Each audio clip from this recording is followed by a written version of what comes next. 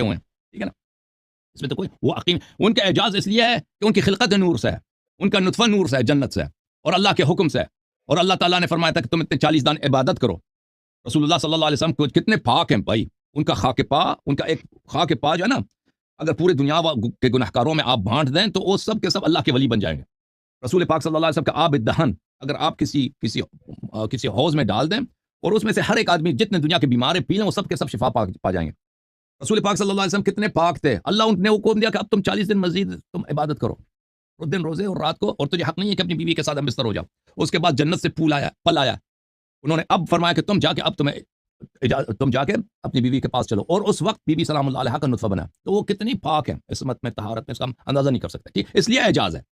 اچھا، اس لیے اعجاز نہیں ہے کیونکہ بیوی کی اولاد نہیں ہوتی تھی. اچھا، اب آتے ہیں اس نقطے کی طرف کہ امیر المؤمنین علیہ الصلوۃ والسلام اہل بیت ہیں. دیکھیں اہل بیت سے کیا مراد ہے؟ بیت سے مراد نسل